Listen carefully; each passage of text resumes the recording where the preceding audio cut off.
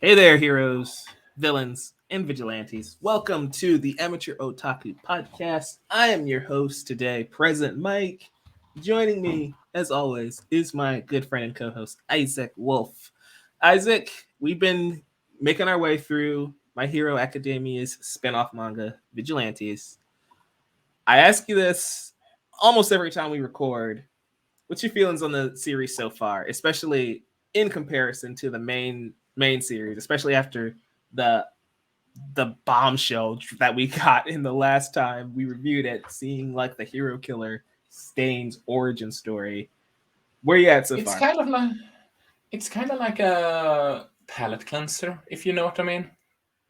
Mm-hmm. Sort of, because there is a kind of like a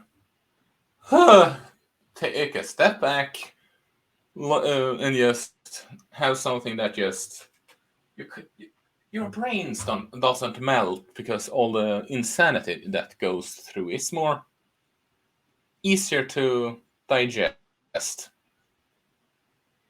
I'm not Yeah. saying that My Hero manga is bad or anything. I'm just saying that sometimes you might be like to eat some 5-star Michelin. Sometimes a burger at Burger King it feels like a better options.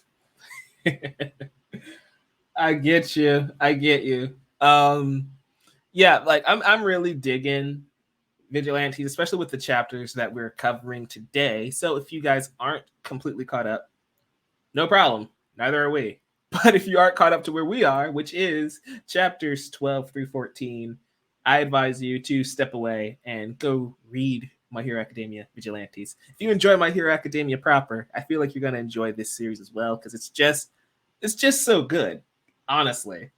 So, the first chapter we're covering today is, or episode as they're titled, is episode 12, Senpai. And in this one, Koichi is actually back at college. We remembered that Koichi is still a college student, struggling with money, struggling with his secret identity. He's Peter Parker, essentially. But I thought it was interesting how we kind of used this chapter and the chapter after that. We can just talk about them both, really, because they tie together. Chapter 13, which is just truth. I think it's interesting, Isaac, how we're using this. We have Sukuichi's sister, who that's not revealed when we first meet her. She's kind of helping Koichi with his hero quiz, and basically explaining where the term hero, villain, and vigilante kind of originated from, and how it's a false sense of security, really, in this hero society. Of they did that to make sure the lines don't blur, even though the lines should technically blur, right? Like you have somebody, especially with the chapter after that when we meet Captain Celebrity, but you have somebody who doesn't meet the definition of a hero, but because they have the title, they can do hero work, whereas somebody like Knuckle Duster, who is doing hero work but doesn't have the title, will get arrested by Eraserhead, which we saw in like the first couple chapters. So that entire idea shows that the system is flawed. And as we've been watching and reading My Hero Academia's main series, we are seeing the cracks in that very system. So I really like how it's all kind of coming together and just explaining and building out that world for both series, like understanding the line that Koichi's on, whereas Deku's on a completely different one, and seeing how they kind of got to that point. What were your thoughts on these first two chapters we're covering today?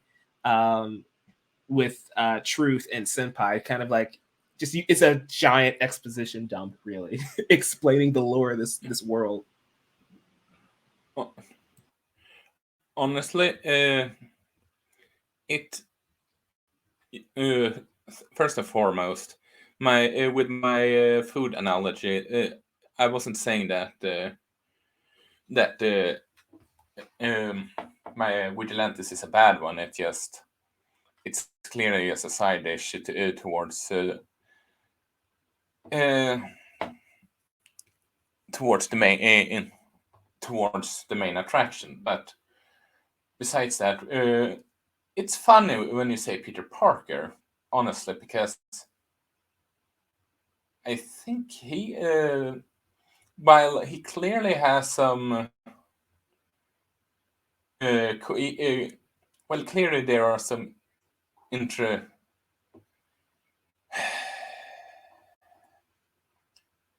while there are clear some inspiration of Spider-Man in Deku, this feels like straight up Japanese Spider-Man to some extent, if you get what I mean. Yeah. Yeah, and especially considering, well, he isn't some officially licensed hero and all that, yes. So, but there is also, you need some exposition dump for quite for a while, just from time to time, and sort of like,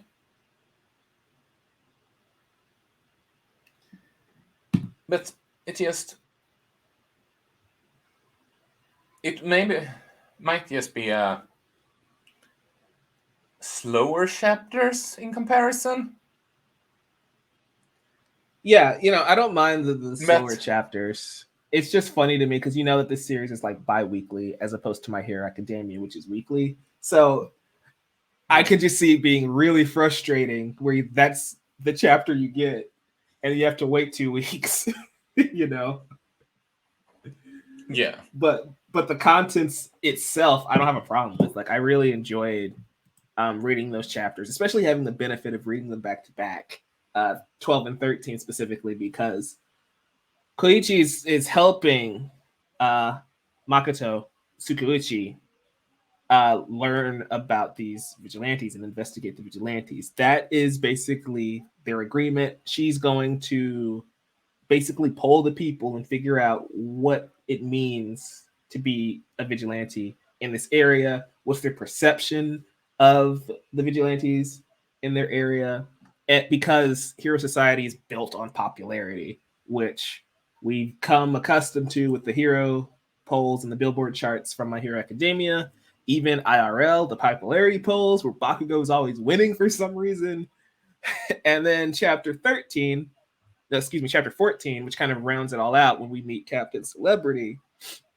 I kind of like how they all kind of continue that theme, especially when we go around town, we meet the characters that they've interacted with for the first 12 chapters and seeing their opinion, seeing that a lot of people think Koichi's creepy, or that they don't trust Knuckle Duster, or that 70% of the people only care about Pop Stuff because of her butt. It's stuff like that that's just really funny, and something that the My Hero Academia series, it has humor, but it can't get away with like literally the vigilante aspect of being a superhero, because that's not what this world is. And so peeking behind the curtain and understanding that heroes and vigilantes are similar but still vastly different, and explaining the public opinion aspect of how that weighs in on what a hero is. And it plays into how society was built up from there on out. Especially again, when we have somebody like All For One and his brother, One For All, come like from that first generation of quirk users, and seeing how society was built up and kind of evolved from that time period. I just think that was really cool how they kind of handled that. And so that kind of leads us into what it means to be a hero, which is a theme that's always ever present in My Hero Academia. In episode 14, Major. Isaac, I do not like this Captain Celebrity dude. He is the worst. So this is technically the first time we see the American number one, or the former number one of the USA. What were your thoughts? By the way, before we go to that chapter, yeah, I will say that you know how we have said that Crawler and Pops would end up more than likely end up together at the end of the show. Uh-huh. Well, this whole thing with the whole an older female student taking him under her wing because reasons, and she kind of in the whole. It just feels like, okay, will they want that kind of stuff, if you get what I mean. And I also like that you actually get a scene with a police officer, the Oh yeah, Mr. Sukuchi.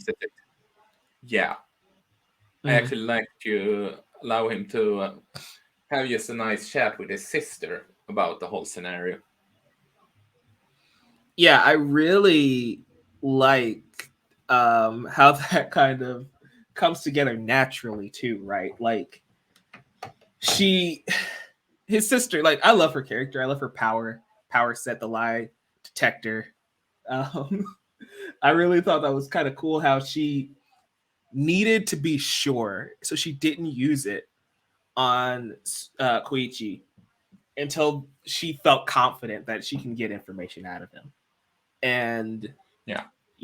I thought that was really well done, especially the conversation she has with her brother later on.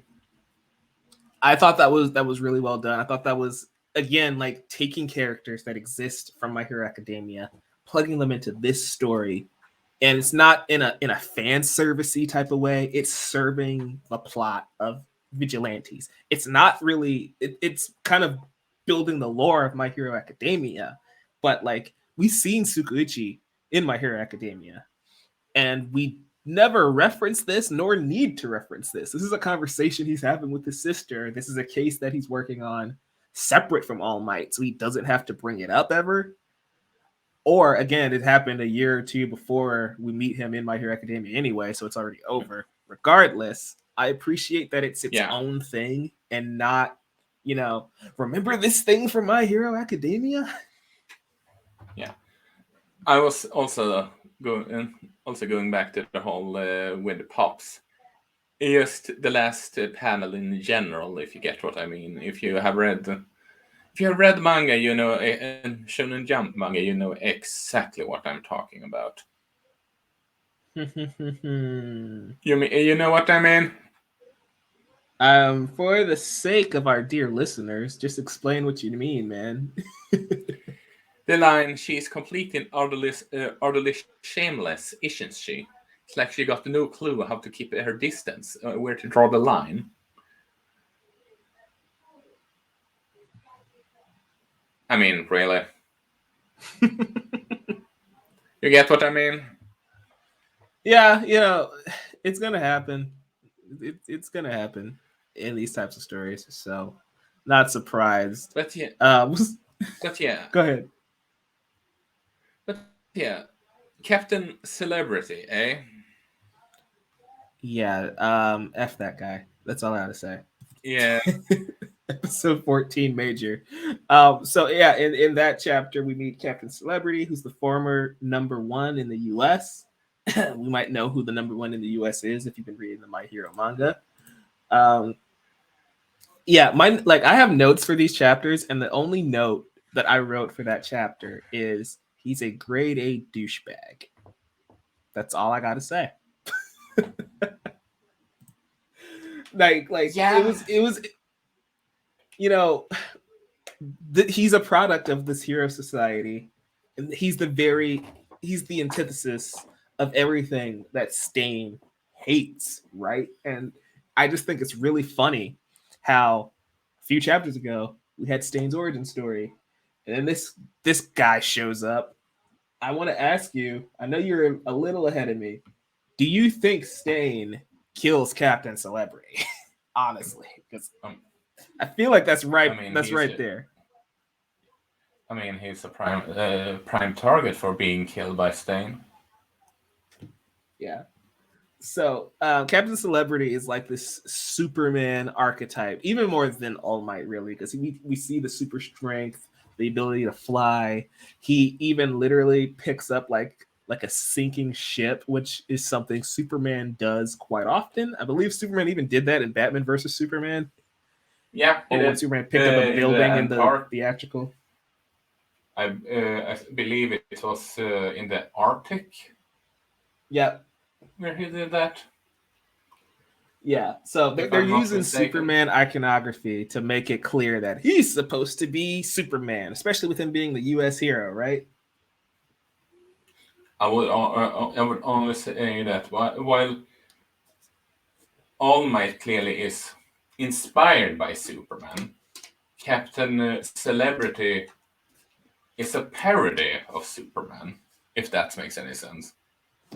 You are correct. So Captain Celebrity kind of shows up, and he is just the worst. Like he literally will not save you unless the cameramen are done getting set up. That's how bad he is. And in My Hero Academia, we touch on this like when we first meet Mountain Lady in episode 1 of My Hero Academia. All the cameramen come up and they start taking pictures of her, and she's winking for the camera and blah blah blah. And it's like, that's not what a hero is supposed to do. But at least she stopped the villain before the cameraman got there. So so Captain Celebrity is by far the worst hero we have ever seen in this franchise, because as bad as Endeavor was, Endeavor still made sure he got the job done, and he didn't wait around to smile at the camera. I just, again, He's sort of being like built. Go ahead. Sorry. He's more like Bakugo, that really wants to save people, but wants to be seen as strong and not really care about the whole "I have good PR" type of scenario. Whereas Captain Celebrity only thinks about the fame, glory, and babes, probably.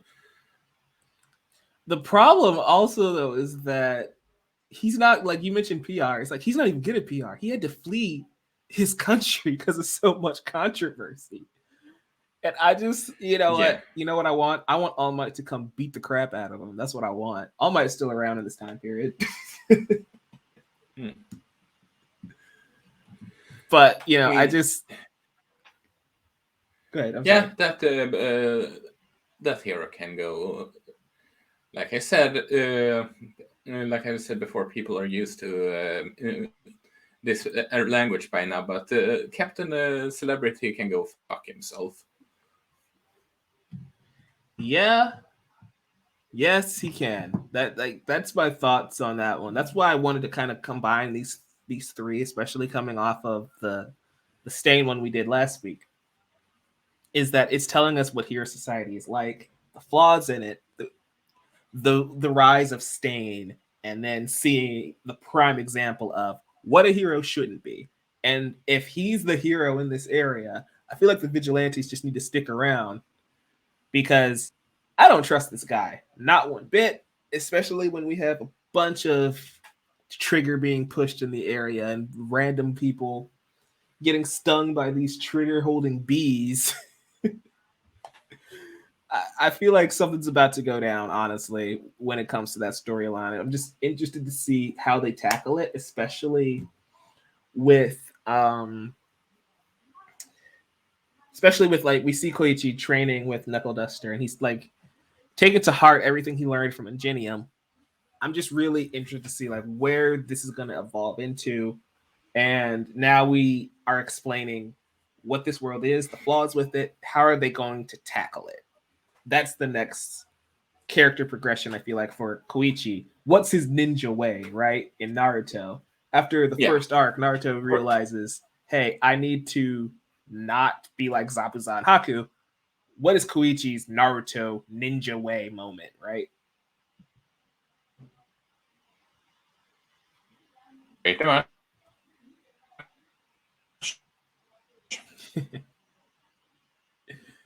Yeah.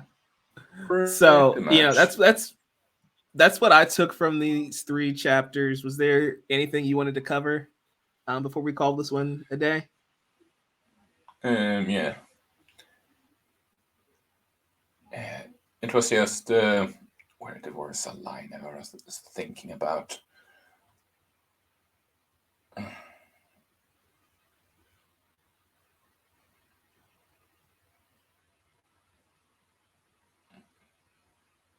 Just there was a line that I was thinking about. Okay. Well, while you think of that, I will just ramble on a little bit. Okay, I can't find it, but ramble on. Okay. So, you see, whenever we're pressed for time and you need to try and collect your thoughts or get whatever line you want, I can just keep talking nonstop. That is my secret quirk. What I really want people to, if you're listening, I assume you've read up to this point with us. I want you guys to really make this a thought experiment, compare it to the My Hero Academia series, and like realize the different layers that's kind of going on in here. Whereas, yeah, like Isaac said earlier, Deku is inspired by Spider-Man. Koichi kind of is Spider-Man. And it's interesting to see that struggle. That's why I feel like a time skip, like watching Deku and his classmates grow up and be pros, and a sequel series, I feel like that might not happen because Vigilantes is kind of showing us what that life is like, right? Showing us that Peter Parker story. And I feel like to really appreciate what both series are doing, you need to read and watch both of them to get the full My Hero experience. And I'm not saying you gotta consume every piece of media from the franchise, but I feel like they work really well in tandem with one another. So that's my biggest takeaway from Vigilantes so far. Yeah, it's just it's gonna be interesting to see how it all pans out, because like we said last time, the whole idea of giving Stain a backstory in this in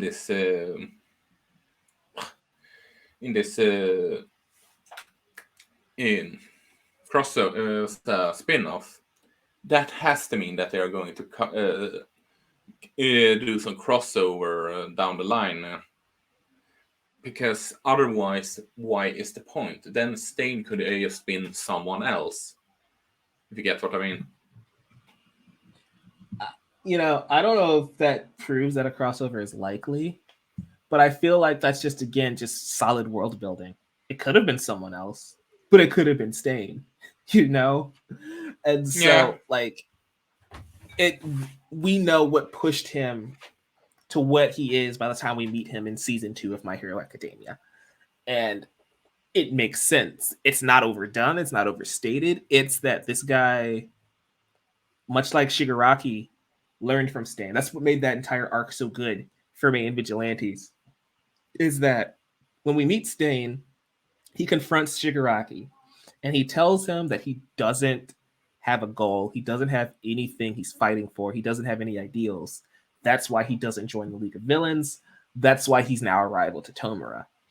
And so what I appreciate is that in this series, we find out that Stain was the same way. That's why he's holding on so hard to what he believes in, and that's why he confronts Shigaraki, however many years later, a year, 2 years later, from when this happened to him. He's basically the knuckle duster to Tomura, that knuckle duster was for Stain. And I think that's really interesting because Shigaraki now has those ideals, right? He now has an idea of what he's fighting for, who he wants to be, what he wants to strive for. And so it's an interesting mirror between the two of Shigaraki and Stain are way more similar than we initially thought. I don't think that has to come back in the main series, but it just makes you view their interactions so differently. But it also makes sense why Stain acts the way he acts in My Hero Academia. Agreed. Agreed. You want to call this one a day, man? I mean, there wasn't that much to cover about, which is why we are going to. We talked about doing more chapters than just 2 at a time. That's a nice segue. Yeah, guys, just so you know, we're going to start doing about 4 chapters an episode instead of 2. Today we did 3. because they seem to be getting a little shorter. And if there's a lot of dialogue, that's not a lot for us to really cover in an audio format here. So we're gonna bump up the amount of chapters we're gonna be covering. So make sure you're aware of that before you come back next week. And again, if you guys are interested, we are reviewing My Hero Academia's manga every single week. We just finished chapter 343.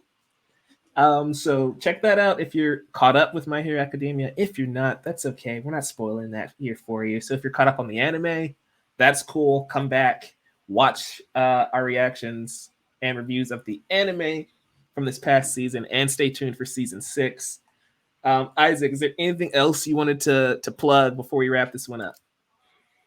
Well, in case you missed it, we did finally do a review of Horimiya that I've talked about so long. That was posted on Saturday. We have it should be when this is posted. We should have an Attack on Titan and Demon Slayer recording, and also when we are also doing some commentary tracks that was supposed to do this week, but we are doing next week, which is Ultimate Teacher and the Ninja Resurrection, which I'm looking quite forward to.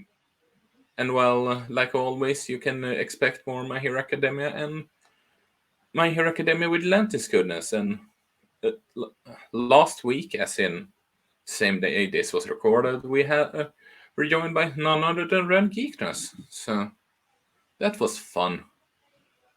Yeah, it's a blast getting everybody together. My Hero proper is in its in-game stages, so get on that train, watch and listen to all of our first thoughts, our reactions, our reviews for My Hero Academia, because it is epic.